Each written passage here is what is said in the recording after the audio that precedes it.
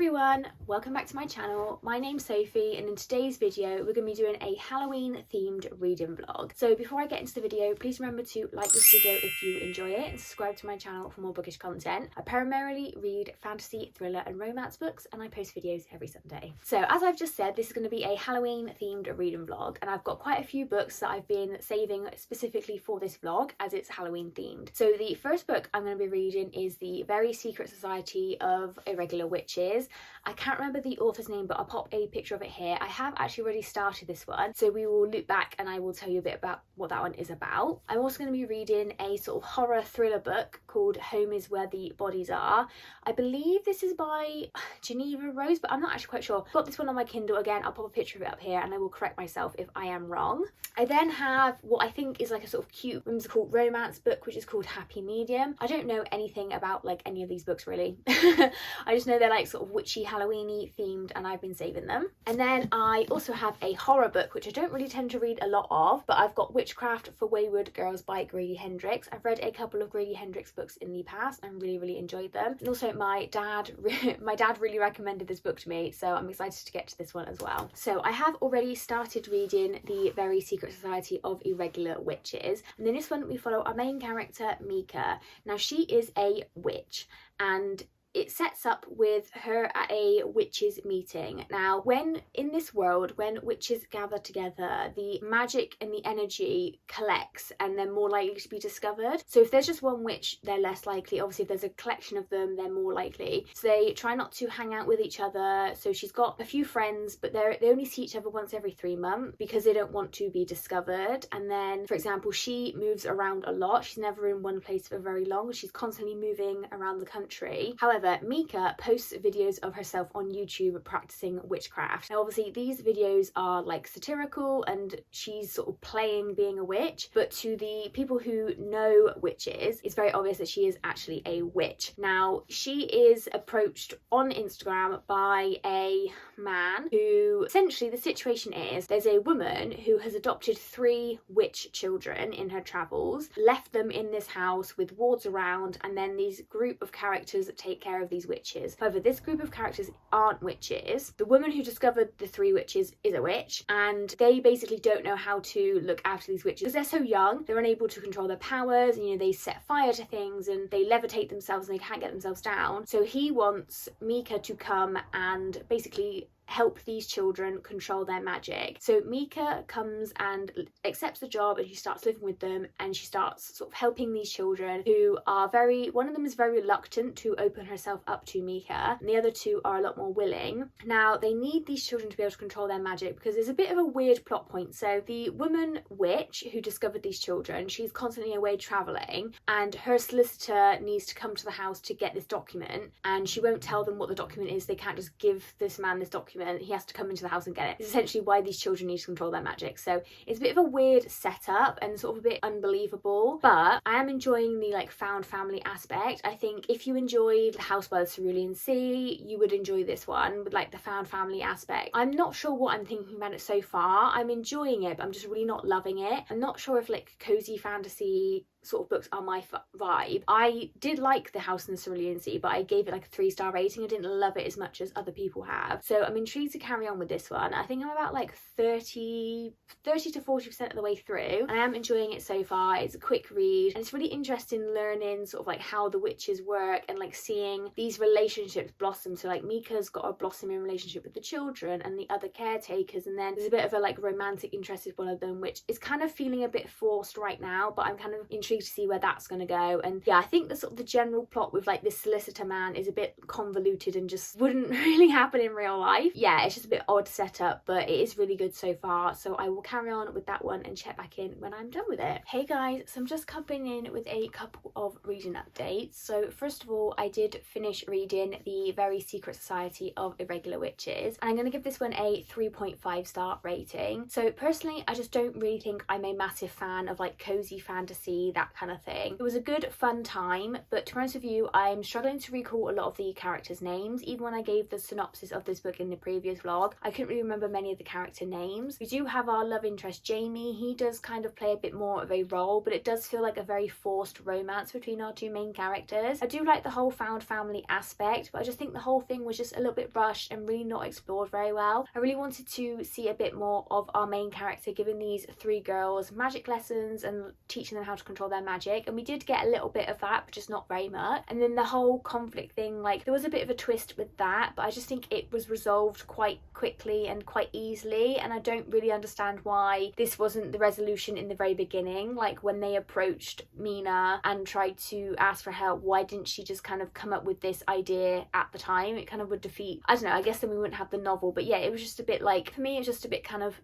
but I did enjoy it. It was a fun read. It just isn't really going to stick with me, to be honest with you, and like I said, I'm struggling to recall the character names, so it's really not made much of an impact on me. I know this author has written another book like this. I don't know if it's a direct sequel or what, so maybe if it comes up like cheap on Kindle again, I will buy it and read it, but I'm not really going to go out of my way to source the book. I don't think it's really going to add much to my life, but if it does sound cute, I would recommend reading it. I just don't think it's really to my taste. I think I'm not really a massive fan of like cozy fantasy and things like that. And then I did start and finish reading Home is Where the Bodies Are by Geneva Rose. So first of all, the cover for this one is absolutely stunning, and we follow three siblings, Nicole, Michael and Beth. We read from Nicole and Beth's perspectives, and we also get a few flashbacks to their mother. So what happens at the very start of this book is that their mother Laura passes away. Beth is the only one there when she dies, and she's been ill for a very long time. With her last breath, she tells Beth that her father has not actually gone missing and to not trust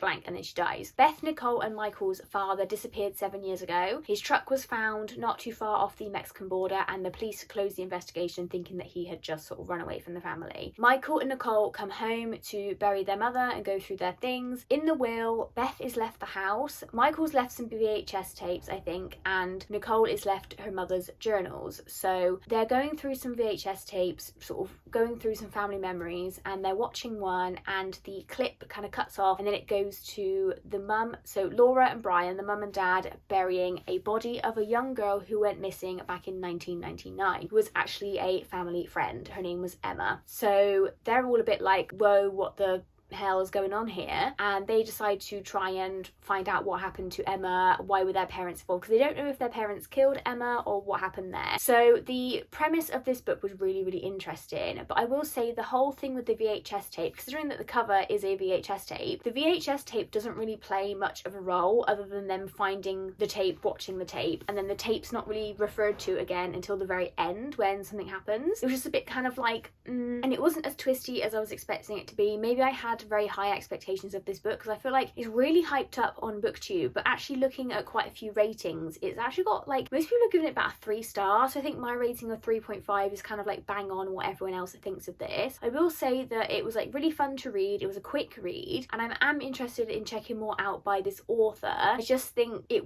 fell a bit flat for me, and I did kind of guess what was going on, and I don't know if maybe because I'm reading a lot more thrillers now than I used to that I could work out what was going on, but I kind of feel like it was quite obvious. I mean, there is only like a very small pool of suspects that it could be, and yeah, it was just kind of, when you think about, you know, the parents were the ones who, I'm trying not to spoil it, but the parents were the ones who buried the body. They would really only cover up something like that for a certain number of people, right? So when you've narrowed down the pool of suspects and then you go through like the clues that you're basically given throughout this book, it's kind of obvious who's done it.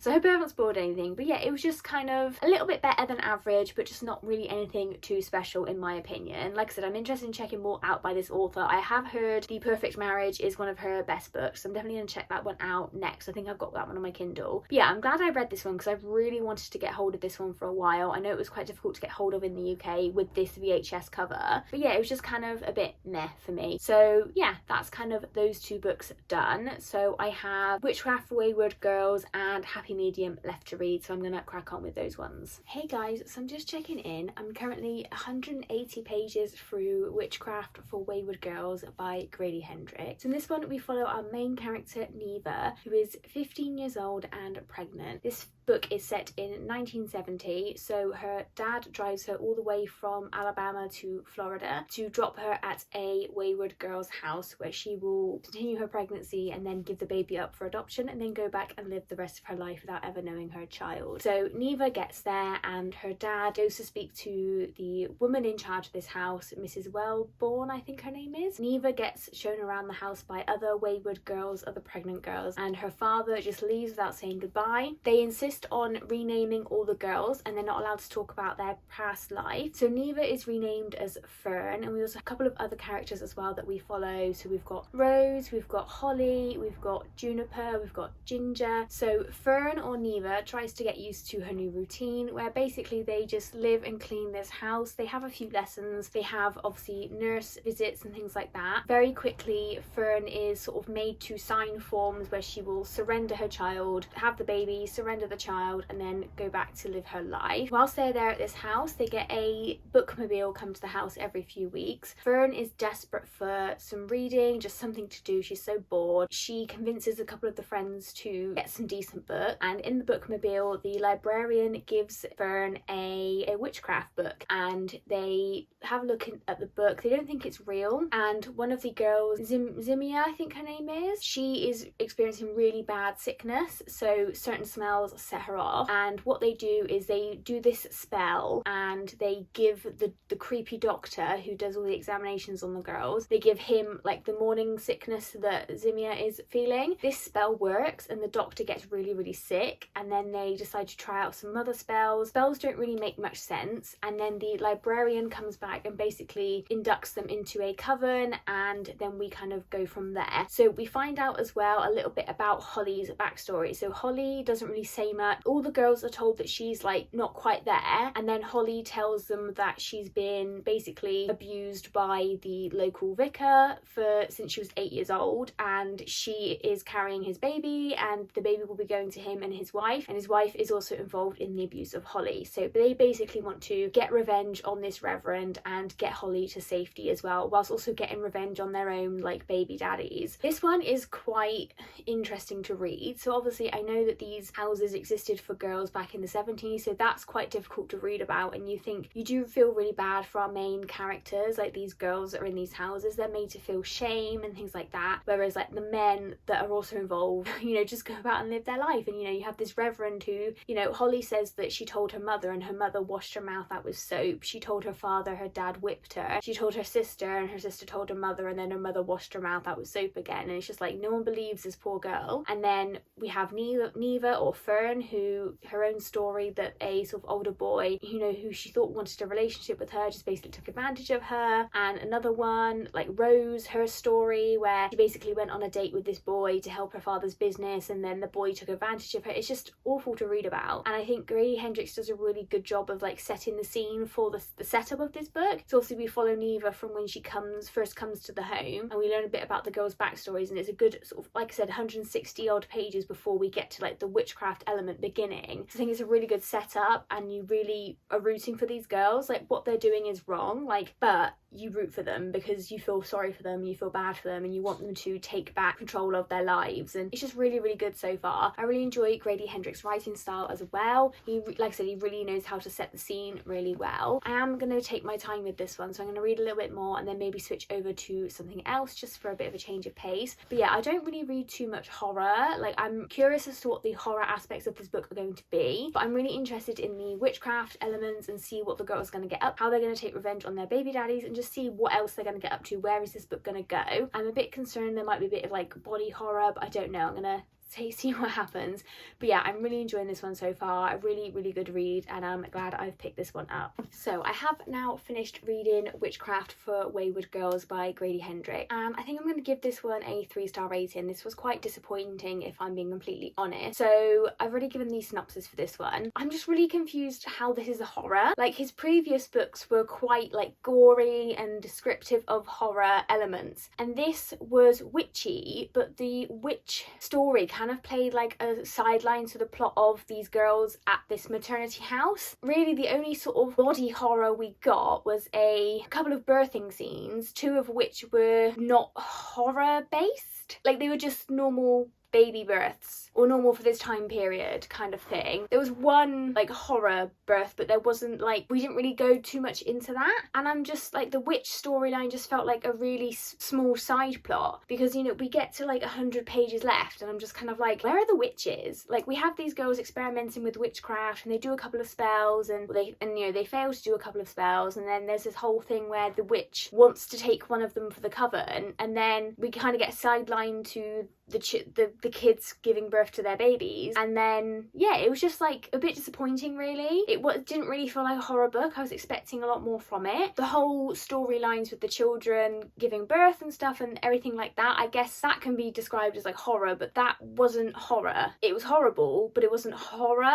Compared to, I've read 2 other Grady Hendrix books. So I've read the Final Girl Support Group and the Southern Book Club's Guide to Slaying Vampires. Those 2, and the Southern Book Club's Guide to Slaying Vampires as well, were very gory and very descriptive of the horror, and they were proper horror. I didn't really feel scared. Like, I was reading this one during the day thinking I was going to get freaked out. Like with the other Grady Hendrix books, I had to read them during the day. I could not read them at night or they would have given me nightmares. This one just kind of felt like a contemporary book with a witchy plot line thrown in on the side, and it kind of felt like he wanted to write this book about these maternity houses, but he's a horror author, so he had to make it horror, but it wasn't horror. Like, it was well written, but it just wasn't a horror, so I'm just a bit disappointed by it really. So I gave it a 3 stars because I don't think it was bad, it's just not a horror. So yeah, I mean, I'm glad I read it because I have wanted to read this one for a while, and I checked out some reviews on Goodreads, and I'm not really the only one that thinks this. There's quite a lot of negative reviews, so Dad, why did you enjoy this? What did you like about it?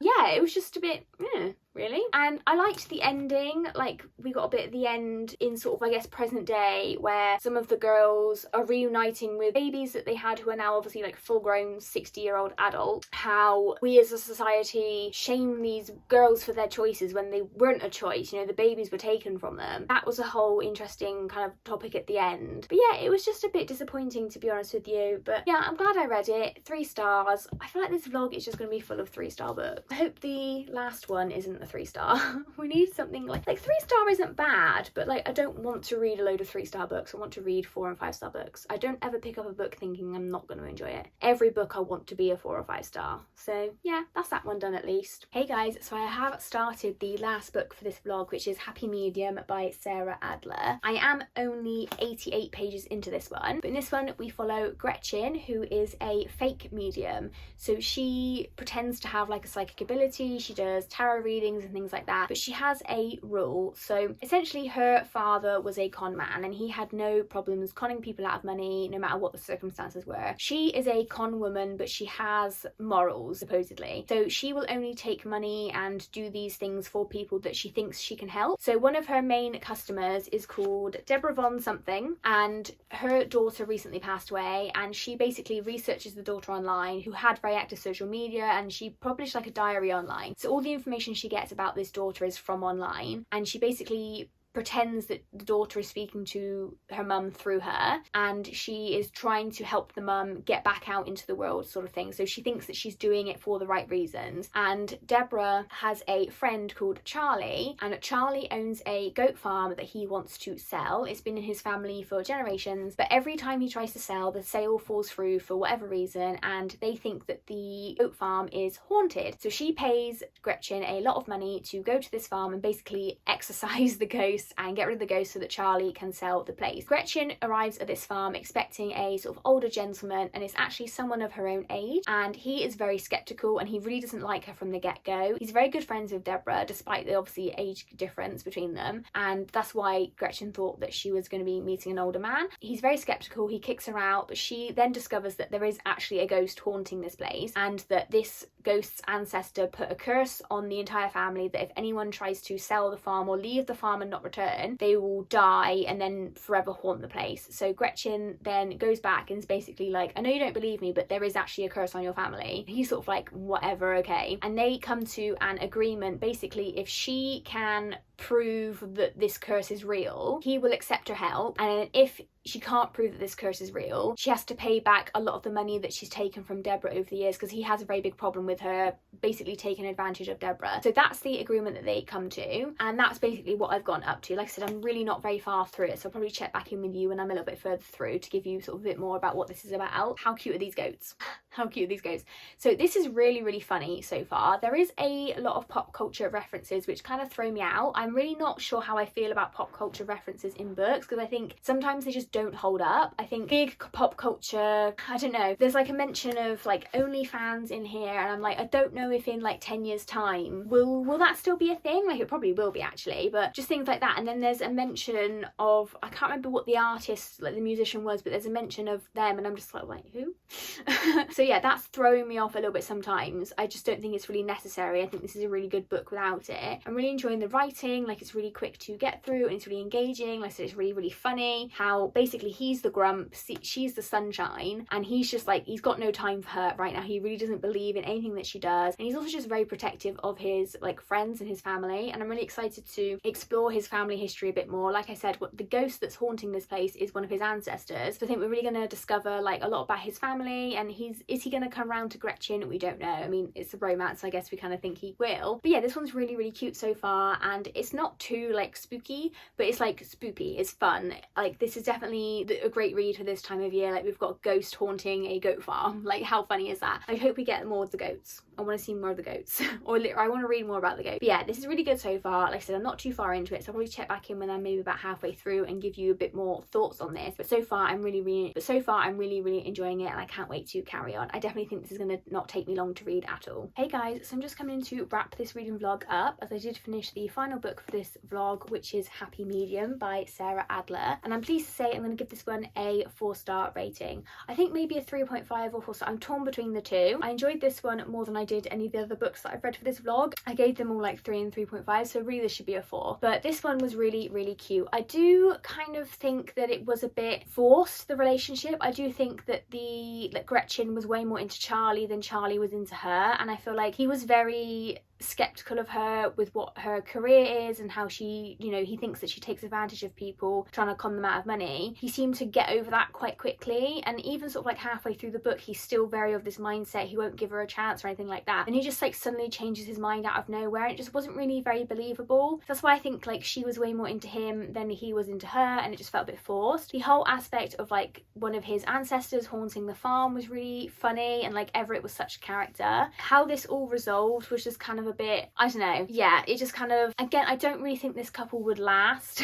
Like, I feel like at the end of this book they just, like, after a year they just get divorced, you know, like they'd split, you know, they wouldn't stay together. But like the whole aspect of like the goat farm was really cool, and I do think Gretchen has a really good eye for business, and like she really did genuinely want to help Charlie. I think maybe that's something that she should explore, is just like helping businesses prosper, and like she really leaned into like the goat yoga and things like that. Like the goats were so cute. There was a lot of mention of the goats, which was really, really cute. It was just a cute sort of seasonal romance. It was really cute. I would recommend it if it sounds interesting to you. But yeah, it was just a bit, I don't know, it's not my favourite that I've ever read, but it was still really good. I'm definitely interested to check out more by this author as well. And I definitely really did enjoy Everett the ghost as a character. I do think he brought a lot of like comic relief to this book, which I think was really needed. I think we had like, you know, we had the grumpy, we had the sunshine, and then her and Everett's relationship was just really, really funny as well. And yeah, I do kind of wish Charlie could have spoken to his ancestor as well, but you know, it is what it is. So that is the end of this Halloween themed reading vlog. I hope you've enjoyed it if you've made it this far. Please remember to like this video if you enjoyed it, subscribe to my channel for more bookish content, and I'll see you in the next one, guys.